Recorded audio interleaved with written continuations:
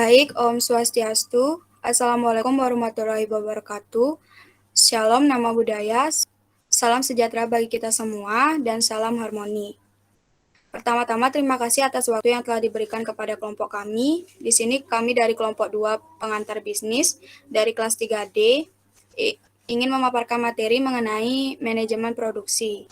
Namun sebelum kami memaparkan materi, izinkanlah kami memperkenalkan diri terlebih dahulu. Yang pertama ada Komang Ella Karmiani dengan NIM 20170510097. Yang kedua ada saya sendiri dengan nama Kade Adi Pratiwi dengan NIM 20170511107. Yang ketiga ada Kade Depi Arianti dengan NIM 20170511110.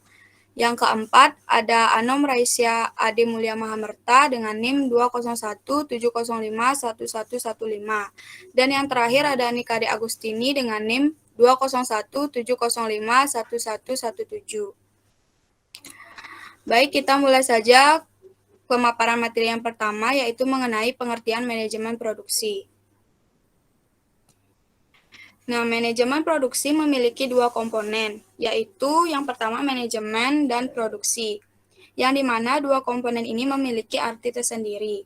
Manajemen merupakan sebuah proses pengambilan keputusan yang berkaitan dengan perencanaan, pengorganisasian, pengarahan, dan pengendalian. Sedangkan produksi merupakan kegiatan yang menambah nilai guna suatu barang atau jasa untuk memenuhi kebutuhan manusia. Jadi dapat disimpulkan bahwa pengertian manajemen produksi adalah upaya perusahaan untuk menerapkan konsep manajemen pada proses produksinya, yang dimana mengelola secara optimal penggunaan sumber daya atau faktor produksi dalam proses transformasi menjadi produk barang dan jasa, sehingga barang dan jasa yang diproduksi sesuai dengan spesifikasi, jumlah dan waktu yang tepat, namun biaya yang dikeluarkan dapat diperkecil. Nah, adapun tujuan dari manajemen produksi, yaitu untuk menghasilkan layanan barang dengan kualitas dan kuantitas yang tepat pada waktu dan biaya produksi yang tepat. Nah, ini berarti kualitas produk ditetapkan berdasarkan kebutuhan pelanggan. Kualitas yang tepat belum tentu kualitas terbaik.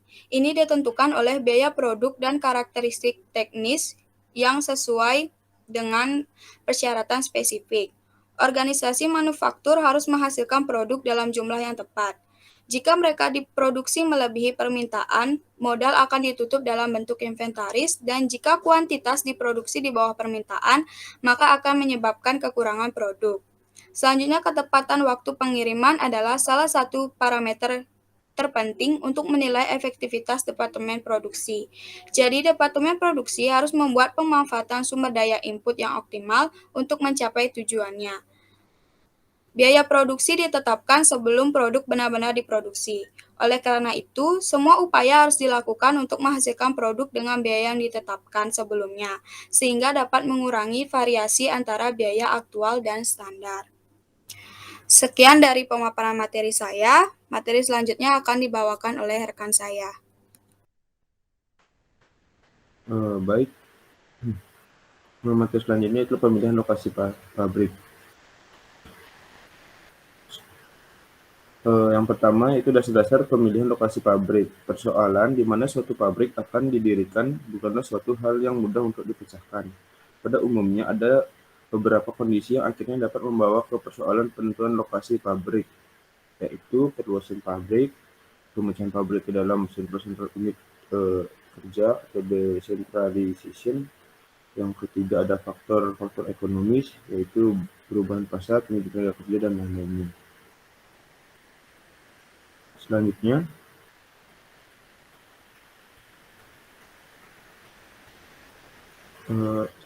beberapa kondisi umum seperti terdapat pada slide itu akan ikut mengambil peranan di dalam proses penentuan lokasi pabrik. Yaitu yang pertama adalah lokasi di kota besar atau city location, di mana di kota besar itu terdapat atau diperlukannya tenaga kerja terampil dalam jumlah yang besar. Proses produksi sangat tergantung pada fasilitas-fasilitas yang umumnya hanya terdapat di kota besar saja seperti listrik, gas, dan lain-lain. Kontak dengan supplier dekat dan cepat, sarana transportasi dan komunikasi mudah didapatkan. Yang kedua, itu lokasi di pinggir kota atau suburban location. Itu terdapat semi-skilled atau female labor mudah diperoleh, menghindari pajak yang berat seperti halnya kalau lokasi terletak di kota besar. Tenaga kerja dapat tinggal berdekatan dengan lokasi pabrik. Rencana ekspansi pabrik akan mudah dibuat. Populasi tidak begitu besar sehingga masalah lingkungan tidak banyak timbul. Yang ketiga, itu ada lokasi jauh di luar kota atau country location, yaitu terdapat lahan yang luas sangat diperlukan, baik untuk keadaan sekarang maupun rencana ekspansi yang akan datang. Pajak pajak terendah lebih dikehendaki, populasi tidak begitu besar sehingga masalah lingkungan tidak banyak timbul. Upah buruh lebih rendah mudah didapatkan, baik untuk proses manufacturing produk-produk yang berbahaya. Selanjutnya itu faktor-faktor yang harus diperhatikan dalam memilih lokasi pabrik. Untuk mendapatkan lokasi pabrik yang tepat, maka harus diperhatikan faktor-faktor yang mempengaruhi lokasi pabrik. Berikutnya faktor yang pertama itu faktor-faktor primer, mencangkup lokasi sumber. Yang pertama yaitu mencangkup lokasi sumber bahan baku atau raw material location. Lokasi dari sumber bahan baku untuk produksi sangat pula berpengaruh di dalam menentukan lokasi pabrik yang akan didirikan. Beberapa industri karena sifat dan keadaan dari proses manufacturing memaksa untuk menempatkan pabriknya berdekatan dengan sumber bahan bakunya. Yang kedua ada alat angkutan atau transportasi. Masalah tersedia tidaknya fasilitas-fasilitas transportasi adalah juga sangat menentukan di dalam proses pemilihan media transportasi yang tepat. Pada hakikatnya, biaya transportasi akan bervariasi dengan macam rute yang akan ditempuh dan macam media transportasi yang digunakan. Selanjutnya, dengan menggunakan analisa break-even, maka kita dapat mencoba menentukan media transportasi yang optimal yang sebaiknya digunakan ditinjau dari segi biaya dan jarak angkut yang ditempuhnya. Yang ketiga ada sumber energi atau power. Hampir dapat dipastikan bahwa semua industri akan memerlukan tenaga listrik untuk berbagai macam kebutuhan dalam proses produksinya. Secara umum, sebagian perusahaan akan lebih senang untuk membeli energi ini atau dari perusahaan industri daripada harus membuat instalasi listrik sendiri. Biasanya public utility akan pula dapat mensuplai energi pada energi biaya yang lebih rendah atau murah dibandingkan bila harus menyediakannya sendiri. Yang keempat yaitu pendekatan pasar. Perusahaan yang menempatkan lokasi pabriknya dekat dengan konsumen atau daerah pemasaran mempunyai beberapa alasan utama lah. Di antaranya adalah dengan dekat dengan konsumen, maka hasil produksinya akan cepat sampai ke tangan konsumen. Hal ini sangat terkait dengan sifat dari barang hasil produksi tersebut. Barang produksi dengan tingkat ketahanan terhadap pendek, maka secepatnya harus sampai ke tangan konsumen untuk menurunkan tingkat kerusakan suatu barang.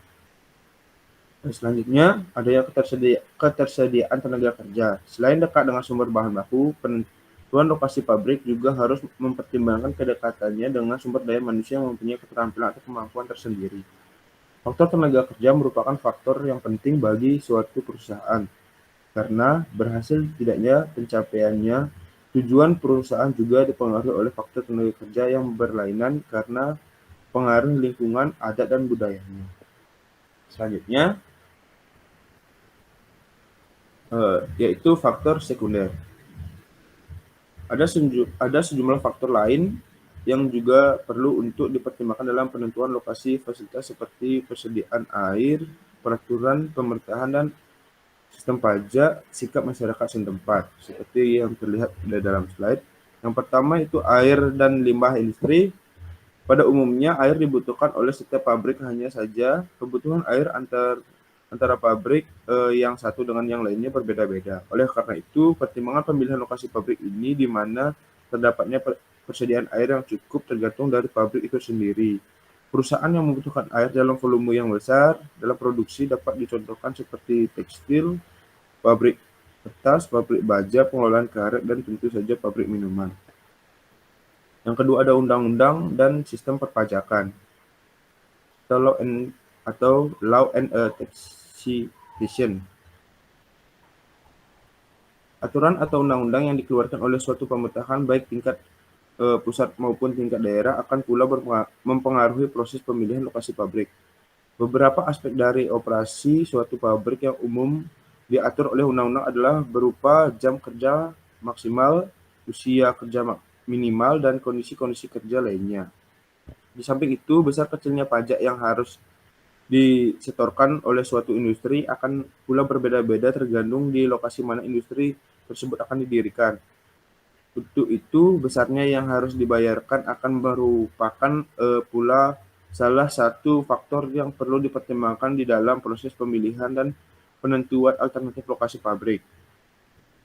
Yang ketiga yaitu sikap masyarakat setempat atau community attitude. Sikap masyarakat setempat di mana pabrik tersebut hendak didirikan ikut pula menjadi dasar perimbangan yang cukup penting.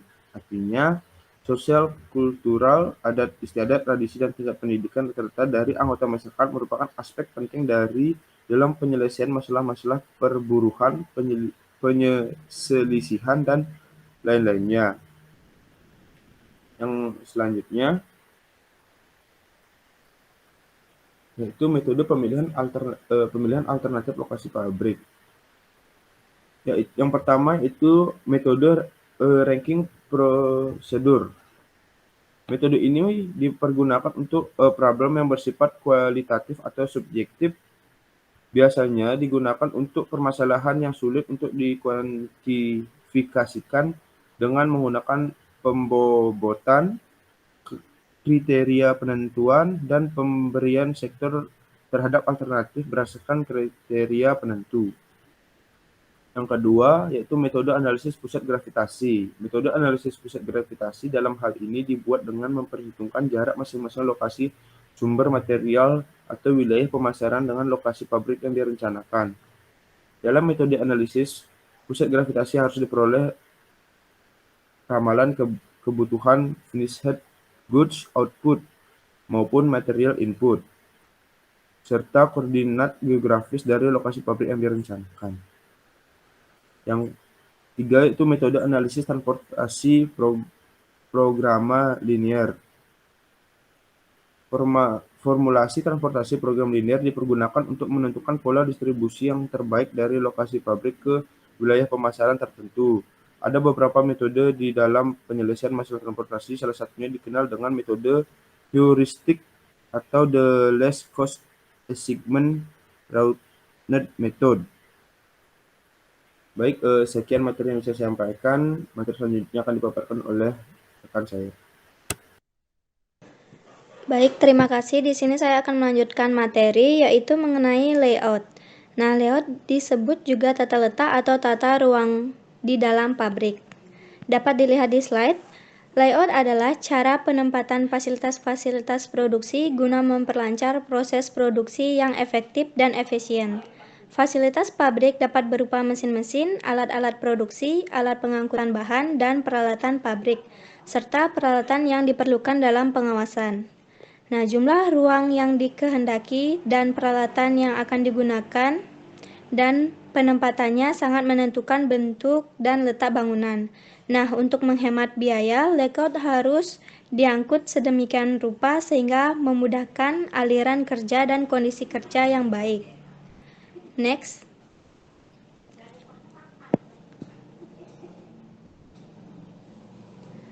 Beberapa faktor pertimbangan untuk rencana layout ialah yang pertama, keadaan proses produksi. Nah, di mana dalam hal ini harus dilihat apakah proses produksi dilakukan untuk membuat satu macam barang atau banyak macam barang. Nah, jika hanya satu barang, maka letak mesin akan dibuat secara berurutan. Nah, jika pabrik membuat banyak jenis barang, maka letak mesin akan diatur menurut kelompok dan mesin yang sama diletakkan pada satu tempat yang sama. Kedua, ada tipe produksi. Di sini dipertimbangkan apakah produksi dibuat berdasarkan pesanan atau produksi massal. Pabrik yang hanya membuat onderdil saja berbeda layoutnya dengan pabrik yang membuat onderdil dan juga merakit. Yang ketiga ada bentuk mesin yang digunakan. Jika pabrik menggunakan mesin-mesin berat, maka layout harus diatur sedemikian rupa sehingga ada kebebasan bergerak bagi tenaga kerja yang melayani mesin tersebut. Keempat, ada persyaratan penerangan dan tenaga listrik. Nah, hal ini misalnya mengatur cahaya dan warna yang digunakan dapat mengurangi biaya karena jarang terjadi kecelakaan, tidak mudah merasa lelah, pekerjaan merasa betah, dan produktivitas akan meningkat. Yang kelima, ada kemungkinan ekspansi. Kemungkinan ekspansi di kemudian hari harus dipertimbangkan sejauh mungkin, karena untuk ekspansi diperlukan pemasangan mesin baru atau bangunan baru. Untuk itu diperlukan kesediaan ruangan atau tanah yang cukup. Next. Kemudian ada pola layout. Di sini ada 3 pola layout. Yang pertama ada layout fungsional. Layout fungsional ini juga disebut dengan layout proses atau job lot. Artinya, pengelompokan mesin berdasarkan pekerjaan sejenis. Misal, pada sebuah perusahaan otomotif, ada bagian-bagian khusus dan mesin dikelompokkan pada bagian-bagian tersebut, seperti bagian pekerjaan mesin, pekerjaan pengecatan, bagian roda, dan sebagainya. Yang kedua ada layout produk. Layout produk ini disebut juga layout garis. Nah, untuk pola layout ini, mesin ditempatkan berurutan menurut proses produksi yang akan dilewati, mulai dari bahan baku sampai menjadi produk akhir. Kemudian yang ketiga ada layout kelompok. Dalam hal ini, mesin ditempatkan menurut kelompok produk. Dalam pengelompokan ini, produk dikerjakan sampai tuntas sehingga menghemat biaya dan waktu pengangkutan transport intern. Ini juga disebut dengan pengelompokan sistem full group, artinya mesin ditempatkan satu jenis yang mengerjakan pekerjaan sampai selesai. Nah, jadi tujuan dari layout pabrik ini adalah meminimumkan biaya dan meningkatkan efisiensi dalam mengatur segala fasilitas produk dan area kerja, sehingga proses produksi dapat berjalan dengan lancar. Next. Selanjutnya, riset industri. Usaha riset industri sama usianya dengan usaha produksi itu sendiri, tetapi kurang mendapatkan perhatian dibandingkan dengan usaha penjualan dan permodalan, sampai akhir-akhir ini baru sangat menarik kaum industriawan. Nah, riset industri dimulai dalam bentuk kecil pada pertukaran abad 20 dalam beberapa laboratorium. Pada mulanya, riset digunakan untuk memecahkan masalah khusus, kemudian diarahkan untuk mengembangkan proses produksi, dan kemudian bertumbuh dengan pesatnya dan makin lama makin meningkat jumlah uang yang dibelanjakan untuk kepentingan riset industri. Nah, misalnya di negara maju rata-rata semua industri membelanjakan hampir 3% dari jumlah penghasilan mereka untuk keperluan riset dan pengembangan. Nah, industri pesawat terbang membelanjakan 9% dan penjualannya untuk riset dan perusahaan elektrik 6%. Baik, sekian pemaparan materi dari saya. Selanjutnya akan dilanjutkan oleh teman saya. Terima kasih. Baik, terima kasih atas waktunya. Di sini saya akan memaparkan materi mengenai macam-macam proses produksi. Nah, pada industri modern telah mengembangkan beberapa tipe proses produksi yang berbeda, yaitu Yang pertama ada proses ekstraktif. Nah, istilah proses ini menunjukkan metode pengambilan material seperti pertambangan garam, batu bara, tembaga, seng, dan sebagainya. Beberapa bahan tambang seperti magnesium, klorin, dan sodium diambil dari laut. Nitrogen dan oksigen diambil dari udara. Selanjutnya yaitu ada proses analisis. Proses ini mencakup pemecahan material menjadi beberapa produk. Misalnya, pertambangan minyak setelah menggali minyak bumi dialirkan, kemudian dipisahkan menjadi gas, oli, bensin, aspal, parafin, dan berbagai jenis produk lainnya. Usaha penjualan daging juga menghasilkan kulit untuk pabrik sepatu. Byproduct atau hasil produksi sampingan dapat memberi hasil penjualan yang memuaskan dan menjadi lapangan pekerjaan baru bagi pabrik berikutnya. Selanjutnya yaitu ada proses sintesis. Nah, sintesis berarti menghimpun bersama. Jadi proses sintesis berarti menghimpun berbagai material menjadi satu hasil produksi. Ini adalah lawan dari proses analisis. Misalnya, produk rayon, karet, dan plastik dihasilkan secara sintesis. Proses ini memerlukan berbagai bahan mentah. Nah, yang terakhir yaitu ada proses fabricating. Dalam proses ini, bahan baku dirubah menjadi bentuk yang berbeda. Misalnya, pabrik mobil atau pabrik pesawat terbang menggunakan lempeng metal dan dibentuk menjadi badan pesawat atau badan mobil.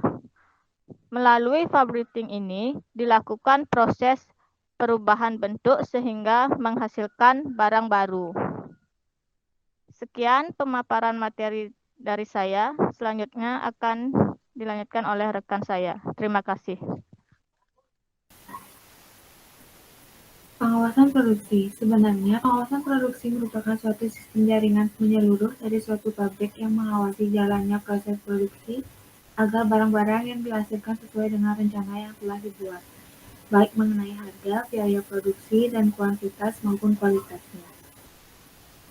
Adapun tujuan pengawasan produksi adalah menjaga kelancaran pekerjaan dari bahan baku sampai dengan ke barang jadi, sehingga dapat diselesaikan dengan tempo sesingkat mungkin dan biaya serendah mungkin. Ini membutuhkan koordinasi dari berbagai faktor yang masuk ke proses produksi, material, mesin, tenaga kerja, dan metode.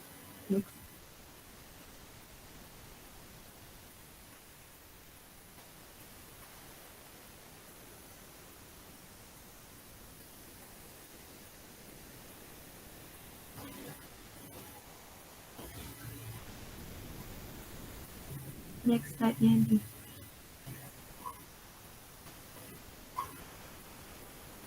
Yang selanjutnya yaitu 4 macam langkah dalam pengawasan produksi, yaitu sebagai berikut. Yang pertama, planning. Proses produksi akan berjalan lancar jika direncanakan terlebih dahulu. Langkah-langkah selanjutnya seperti routing, schedule, dan dispatching akan berfungsi jika planning sudah dibuat pada saat permulaan. Pekerjaan planning tidak hanya meletakkan prosedur dan tujuan proses, tetapi lebih terperinci. Yang kedua, routing. Pengawasan atas tingkat pekerjaan tertentu dinamakan routing. Jika pekerjaan produk menggunakan beberapa mesin dan mesin-mesin itu digunakan untuk berbagai proses yang berbeda, dapat dibayangkan bagaimana pentingnya routing ditetapkan. Routing atau jalan yang harus ditempuh dalam perusahaan oleh bahan atau barang diproduksi harus rasional dan efisiensi. Yang ketiga, schedule. Tujuan schedule adalah menjaga kelancaran pekerjaan, menghindarkan konflik dan kelalaian dalam menggunakan mesin, dan membuat tabel waktu kapan bahan mentah diperlukan, kapan hasil jadi harus siap. Dengan demikian, waktu pekerjaan dapat diawasi seminimal mungkin dan secepat mungkin. Yang keempat, dispatching. Dalam hal ini dibuat perintah kerja untuk masing-masing pekerjaan, dan ini penting agar planning dapat dilaksanakan, routing dapat diatur, dan schedule dapat dijaga. Orang yang bertanggung jawab dalam dispatching harus menjaga waktu mulai tugas dan waktu selesainya suatu pekerjaan. Next.